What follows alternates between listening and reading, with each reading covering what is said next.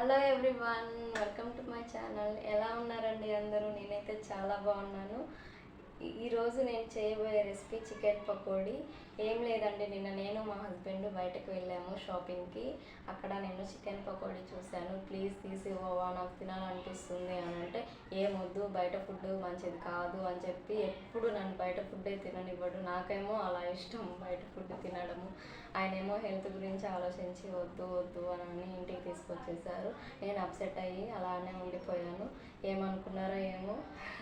Next day morning అంటే ఈరోజు morning నాకు తీసుకొచ్చారు చికెన్. ఇంట్లోనే చేసుకొని తిను అని చెప్పి తీసుకొచ్చాడు. చికెన్ పీసెస్ చిన్న చిన్నవి చేసుకొచ్చి తీసుకొచ్చేసాడు.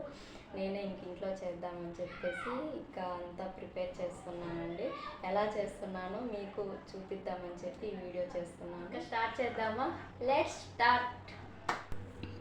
ముందుగా ఇలా చికెన్ పీసెస్ 2 to 3 టైమ్స్ అలా కడుక్కొని కొంచెం సేపు ఆరబెట్టేసుకున్నానండి. ఎందుకంటే ముక్కలు డ్రైగా ఉంటేనే మసాలా అనేది ముక్కలకి బాగా పడుతుందండి. అందుకే అలా కడుక్కొని ఆరబెట్టేసుకొని తీసుకున్నాను. అందులో కొంచెం అల్లం వెల్లుల్లి పేస్ట్ వేసుకున్నానండి. అలాగే మీకు స్పైసీకి తగ్గట్టు కారం వేసుకోవాలి. నేనైతే టూ స్పూన్స్ వేసుకున్నానండి. నేను స్పైస్ ఎక్కువ తింటాను. అలాగే అందులోకి కొంచెం పసుపు వేసుకున్నానండి. రుచికి సరిపడా సాల్ట్ కూడా వేసుకున్నాను. వేసుకొని బాగా వాటిని కూడా కలుపుకోవాలి. అందులోనే కొంచెం 4 టేబుల్ స్పూన్స్ కార్న్ ఫ్లోర్ వేసుకున్నానండి. 3 టేబుల్ స్పూన్స్ ఈ బియ్యం పిండి వేసుకున్నాను.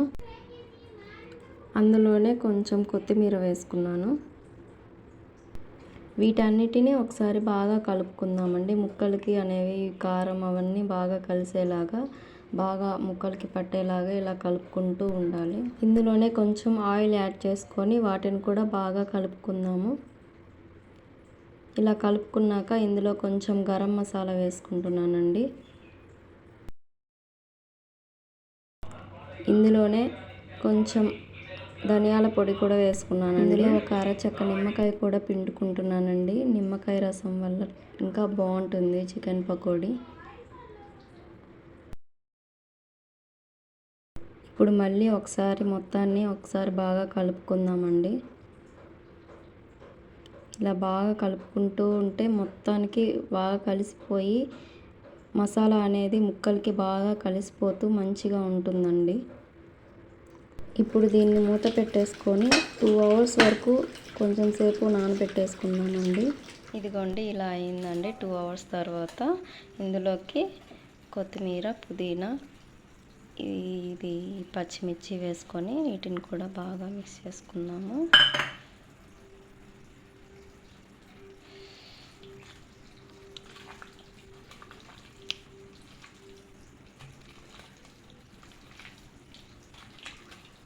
ఇప్పుడు డీప్ ఫ్రైకి సరిపడా ఆయిల్ వేసుకొని హీట్ చేసుకుందామండి. ఇదిగోండి ఆయిల్ హీట్ అయిపోయిందండి. ఇప్పుడు ఇందులోకి చికెన్ కొంచెంగా తీసుకొని వేసుకుందామండి.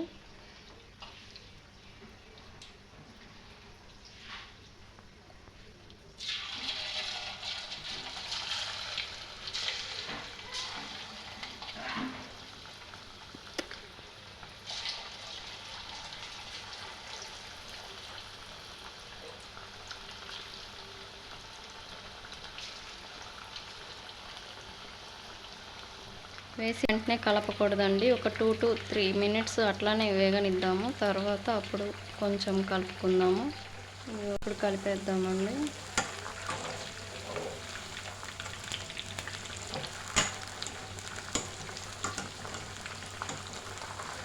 ఇలా మధ్యలో కలుపుకుంటూ ఫ్రై చేసుకుందాము.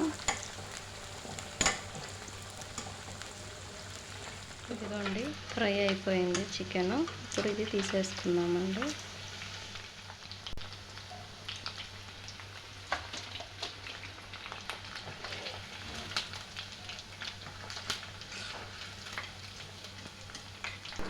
ఇదిగోండి ఫైనల్గా చికెన్ పకోడీ అయితే ఇలా రెడీ చేసేసుకున్నాను. ఆనియన్స్, పచ్చిమిర్చి, కొత్తిమీర, నిమ్మకాయతో ఇలా గార్నిష్ చేసుకొని చూస్తుంటేనే నాకు నోరూరిపోతుంది, తినాలనిపించేస్తుంది. చూడండి ఎంత బాగా వచ్చిందో. ఎంతో spicy tasty and chicken pakodi అండి ఇది. నాకైతే చాలా బాగా నచ్చింది. చూస్తుంటేనే స్ట్రీట్ స్టైల్లో తింటున్నట్టే అనిపిస్తుంది నాకు. త్వరగా తినేయాలనిపిస్తుందండి. ఇప్పుడైతే ఆలస్యం చేయకుండా తినేసి టేస్ట్ ఎలా ఉందో చూస్తాను. ఫైనల్గా నా చికెన్ పకోడీ ఇప్పుడు ఎలా చేశానో టేస్ట్ చేసి చూస్తాను.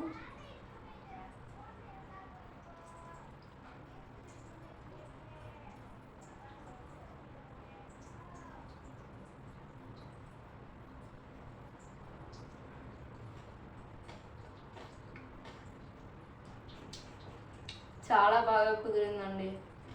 అచ్చం బయట చేసిన టేస్టే వస్తుంది నాకైతే. చాలా బాగా నచ్చింది. మీరు కూడా ఇలా ట్రై చేసి తినండి, చాలా బాగుంది. Thanks for watching. Please like, share and subscribe.